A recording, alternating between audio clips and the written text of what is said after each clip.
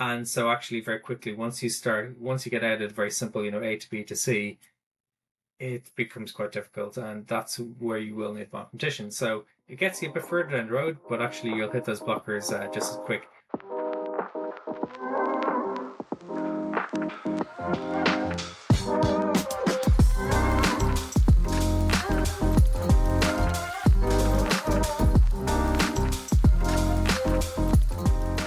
All right, welcome all to the Bioinformatics Lab podcast. I'm Kevin Libwitt with Andrew Page, and today we're talking about different mechanisms to actually run and support the use of bioinformatics pipelines. As I think we've mentioned on previous episodes in the past, there's this concept of workflows, right? Like type of software that string together a number of different critical algorithms for processing your read data. And this is, got to be a fundamental skill set at this point to understand in the field of bioinformatics, the use of workflows. And so when we write workflows, there's a conversation of, how do you actually run these for, especially in instances where you might have laboratorians who are not necessarily going to be, CLI savvy or, going to be able to interact with these in the way that maybe a developer will. So there's the conversation of, how do you actually, what types of workflows are available to these laboratories and how they can actually end up running them. So from that premise, Andrew, where do you want to take this conversation? Yeah, so I guess there's a lot of different workflows and workflow managers and whatnot. And if you go to an academic lab, I'm sure you'll find, they've reinvented the wheel 10 times, in the past. Um, but the community as a whole, particularly the public health community, has coalesced around just a few options. So Nextflow will be the big one, followed by Terra and Galaxy. And so Nextflow, I think we've all heard of this before. You've got Sakera, which is like the company driving the development behind it, but they make it open source. But to actually make it usable, in a kind of scale, you need Sakera Terra, or it used to be called Nextflow Terra, for kind of managing and monitoring that.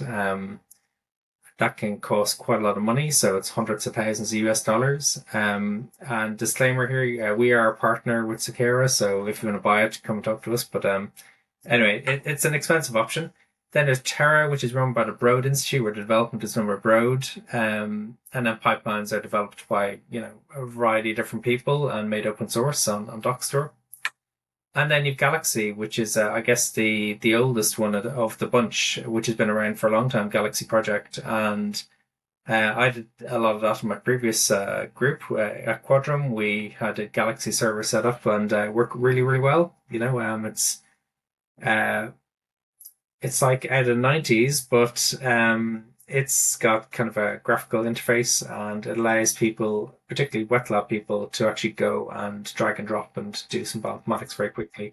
And it was, I felt most proud actually when one time one of the lab managers, who usually works in a lab, whatever, and he's near retirement and not really good with computers, but he's able to go and do his own analysis after he'd gone and done sequencing in Galaxy and build his own little pipeline. And it's just like, I felt so proud, that it's that easy to use. But anyway, a diverse range of pipelines.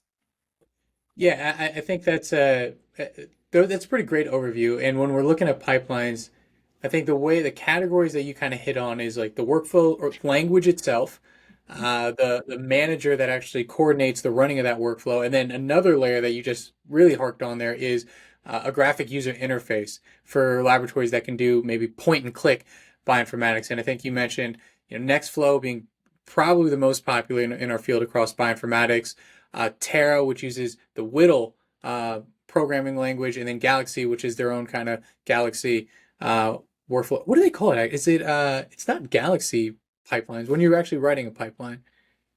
Uh, Workflows? I thought they had a language. I don't know. I don't remember exactly. It's been a while since I've actually looked under the hood You can of code it in XML, if you really want it's to. an XML file. Mostly it's drag and drop. Okay, got it. So XML files, or you can string them together. That's right, using the actual graphic user interface as well. And then I think other ones that I know are popular is using SnakeMake. That's probably also worth mentioning. People run into those things also. Not as large of a community as I see in Nextflow, in Terra, and Galaxy, but still quite prominent across bioinformatics, and helps to standardize, you know, development and execution of these things. And another aspect of whenever you're talking, especially about Nextflow and Whittle and Galaxy as well, is their their use of compute resources like built into the workflow managers, like that the inherent scalability of these. And this is where I think we're at a point where using an in-house created homebrewed system becomes so much more inefficient because you have to you have to be a whole architect, to be able to take advantage of all these different kind of back-end infrastructures from HPCs to cloud or whatever it is. Whereas if you're adopting something like Nextflow, Whittle, and Terra, or Galaxy, or even SnakeMake, you can deploy resources a lot more efficiently. So you're not only building a workflow with a standardized language that has a whole community of other practitioners, but you're also making the accessibility to scaling these resources so much less of a circuitous route, and it's standardized. It helps to, other people can quickly see what's happening in your source code. And I would even say if you know any one of these workflow languages, I would even, yeah, even if you're comfortable writing XML, you can kind of hop into any of these workflows and have a pretty strong understanding of what's happening. Like if you're only developing in Nextflow, that concept of tasks and workflows, or rather processes and workflows, is really mimicked across all of these things of SnakeMake, Whittle, or otherwise. So it's such a core skill for developers to know if they care to get a pipeline out, and then also for the, again, the analysts or the users of these tools to understand how, what's happening in the background of their bioinformatics analysis. Yeah, and then I guess these are all open source projects, so there's been a lot of work by people all around the world, and they give it away usually. So you've got NF Core for Nextflow, which is like a curated set of workflows that they're written up in a defined format, and they're quite nicely structured actually. And it's a small set, and that means that I don't know, if you want to go and do metagenomics, you can just kind of pick up a pipeline and drop it in, then you use something that's reasonable. There's big gaps and a lot of caveats. It doesn't have everything, but it's you can get quite far quite quickly. And then the same with DocStore, which is for Whittle and for like for Terra. And again, that's just where you can pick up the defined workflows and then just kind of copy and paste and drop them in, which is quite nice. And the Galaxy as well has something similar with the tool shed. And all of these together mean that you have access to a lot of pre-made analysis pipelines. You don't have to reinvent the wheel like if you're going to do genome assembly or something. It's all there already. And in many cases, they're actually tested and validated. In other cases, they're not. They're just kind of academic quality, and are more proof of concepts. And that's where these systems win out over your own in-house pipelines. Because if you're rolling your own, you're not going to have that, and you're going to have to reinvent the wheel over and over and over again. And you're going to be spending your time, working out how do I map a big file, and all the edge cases that come with it, or how do I handle SRA light, or silly things like that. And then the barrier to entry becomes very high. In terms of just creating new pipelines for users, there is a barrier there for some of these. I think the easiest of the lot is actually Galaxy, because they spent a lot of time on a drag and drop interface. Now, the Galaxy serving website, it's old school, it does feel like going back to the 90s, and they have done some work to update it, whatever, but it still has that kind of clunky feel. But the drag and drop pipeline building is just phenomenal, like you can string things together so easily. And I know when I've built pipelines in the past for Galaxy, that's how I've done it. I haven't gone into the XML, whatever. I've just done it at a high level drag and drop, and it's phenomenal. And then, you also have your documentation there because you can visually see how things are connected. That drag and drop feature is amazing. I don't think I've seen that anywhere else, where you literally have a visual depiction of your process, your algorithm, and it's got like ports. It's almost like putting plumbing together, like, hey, what are the outputs that are going to be generated?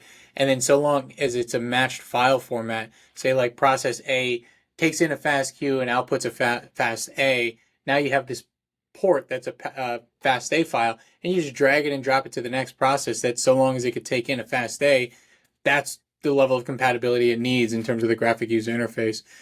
So yeah, it becomes really low barrier to pipeline creation for a lot of users. And whereas if you're doing something like Nextflow or Whittle and Terra or SnakeMake, you're going to need a developer who has spent years understanding what the heck they're looking at to be able to properly code out that decision of, okay, from process A I have a FASTA, and that goes into process B as input.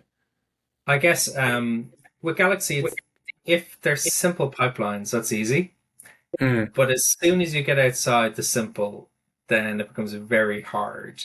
And I know even though I have a PhD in computer science, I was struggling sometimes to get my head around, okay, this goes one to many, many to one, and different sets and different data types, and it can be head wrecking sometimes. Why does this not work, and what is it really expecting? And so actually very quickly, once you get out of very simple, A to B to C, it becomes quite difficult, and that's where you will need mathematician. So it gets you a bit further down the road, but actually you'll hit those blockers just as quick. And that's where I find languages like Nextflow and Whittle actually work quite well because you're dealing with code anyway. You can see how things line up. It's a nice, defined, clear language, straightforward. It's kind of in a JSON-like structure. You can link things together quite easily, and yeah, that I think is better for more complex stuff, without having to go into like the absolute depths of Galaxy. And also I found actually ChatGPT is great for converting between Nextflow and Whittle and vice versa. It's a great use. I mean, yeah, all those standard it's translation.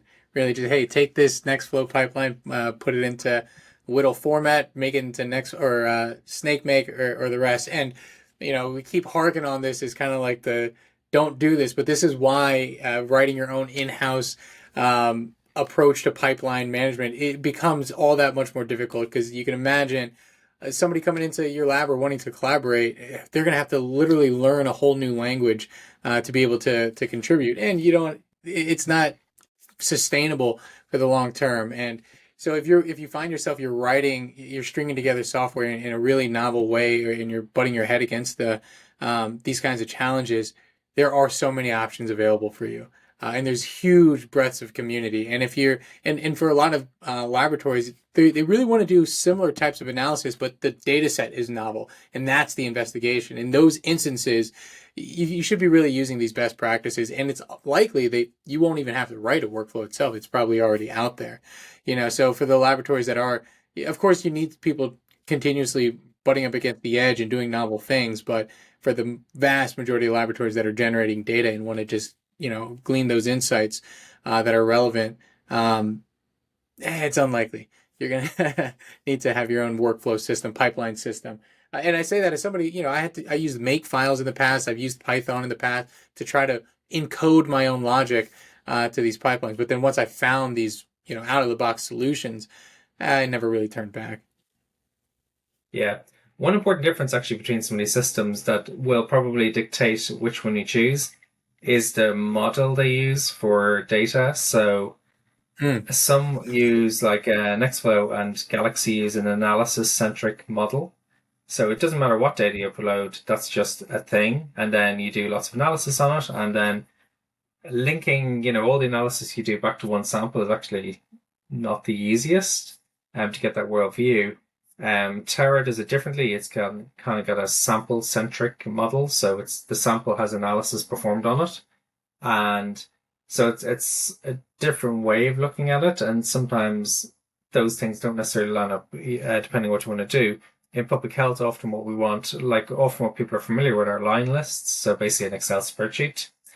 And so that's a sample centric view of the world. Versus say an analysis centric view, which would be maybe you take one sample and you map it to 20 different references. And so then the analysis objects are, what's been analyzed for each reference. So it's a subtle difference, but it can actually catch people out because it won't necessarily be what they expect. I think that's a great point. And I was part of a lot of efforts working with the FDA to teach bioinformatics using Galaxy. And whenever you're doing maybe one or two samples, those discrepancies in the approaches to data presentation don't really show itself. But once you get to like 100 samples and you're in Galaxy and it's more of like an analysis centric presentation, it becomes really difficult in public health because you're looking for the sample data that you want to be at the forefront. Whereas, if you're using a system like Terra, it's in the line list. You can look at the samples and you can look at the data presented right on from the onset. So yeah, important difference to consider whenever you're trying to adopt one of these systems. So, any final words on this before we end today's discussion?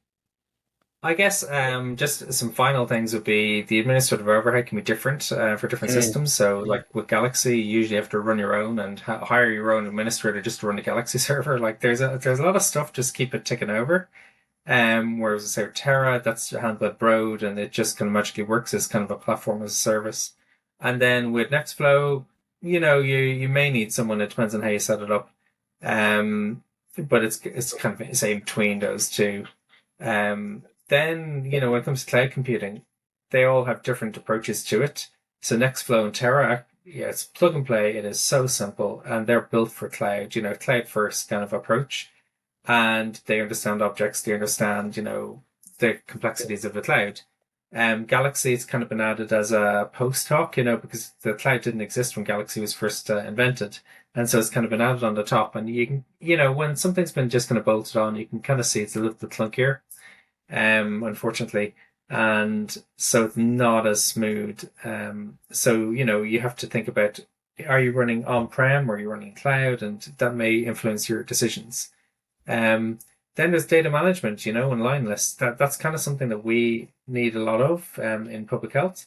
So you like with say Nextflow and Galaxy, you actually need a separate system for doing your data management and line lists. So say Irida is very good for Galaxy. It's got Galaxy built in, and that's good for storing data and your metadata. But that's kind of an extra system you have to install and maintain. With Terra, that's kind of built in. It's what I don't know what you call them, data tables or something like that. Data tables, yeah, exactly. Data tables, yeah. So that's kind of baked in, and so yeah, when you're thinking about what type of bioinformatics systems you want to put in place, these are all the kind of factors you need to think about. For your specific use case, and everyone is different.